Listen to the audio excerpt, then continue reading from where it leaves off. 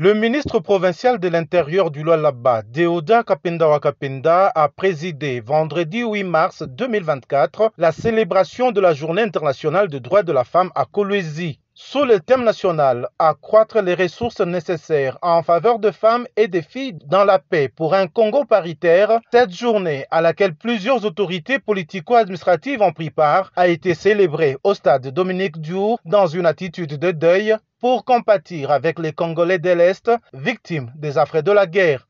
Vêtue de noir, l'assistance a prié pour que cesse enfin la guerre dans cette partie du territoire national. Aujourd'hui, Seigneur, moi, Nathalie Loudangantou, je lève ma voix vers toi, Seigneur, pour implorer, Seigneur, que tu puisses, Seigneur, oh Jésus, que tu puisses te souvenir de ta population qui est à l'est de notre pays.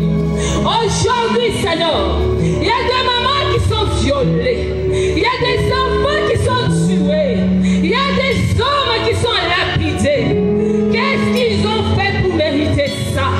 Qu'est-ce qu'ils ont fait pour mériter ça?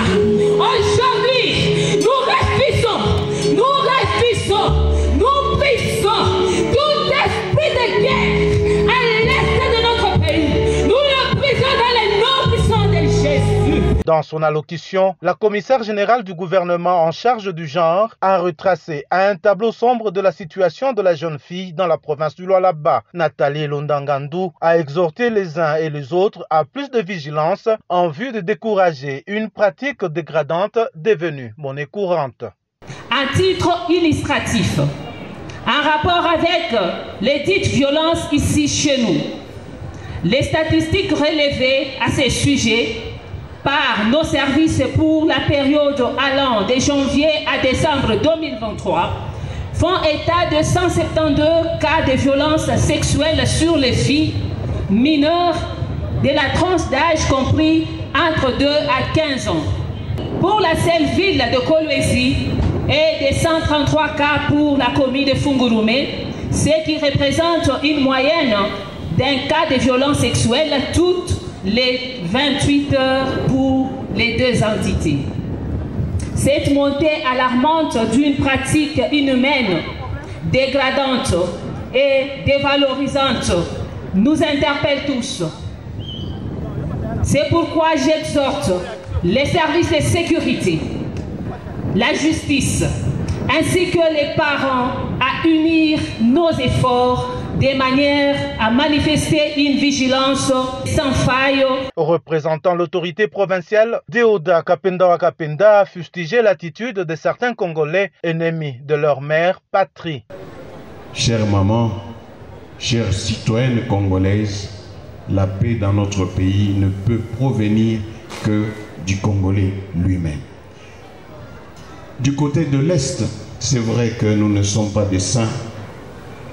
Nous savons que l'ennemi pénètre dans notre pays par le Congolais lui-même.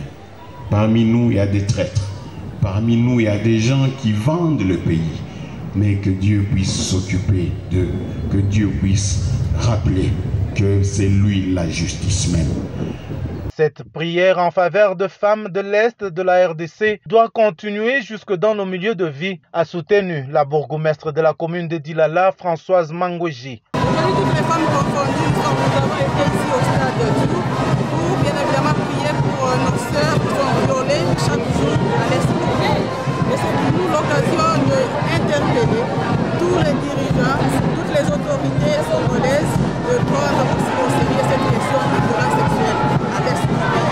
Nous croyons qu'avec la volonté du chef de l'État, nous en tant que femmes, on va maintenant commencer à respirer sur le côté d'Est s'il y a vraiment à toutes les femmes de ma juridiction de continuer à prier. Parce qu'aujourd'hui, on ne va pas seulement célébrer le 8 mars, notre commande continue. Donc c'est tout le mois de mars qu'on va commencer à prier. Donc chaque mois, jusqu'au 30 mars, on va commencer, les femmes doivent se réunir. Il y a aussi des activités pour notamment aussi réclamer les droits de la femme qui vont continuer pour que les femmes se retrouvent aussi. Donc chaque jour, au moins, c'est moi ici, on doit se retrouver pour implorer notre Dieu pour que la paix revienne à l'Est. Les Congolais de l'Est du pays et le chef de l'État Félix-Antoine Tshisekedi Tshilombo peuvent compter sur l'accompagnement de Lualaba afin que la paix soit vite rétablie.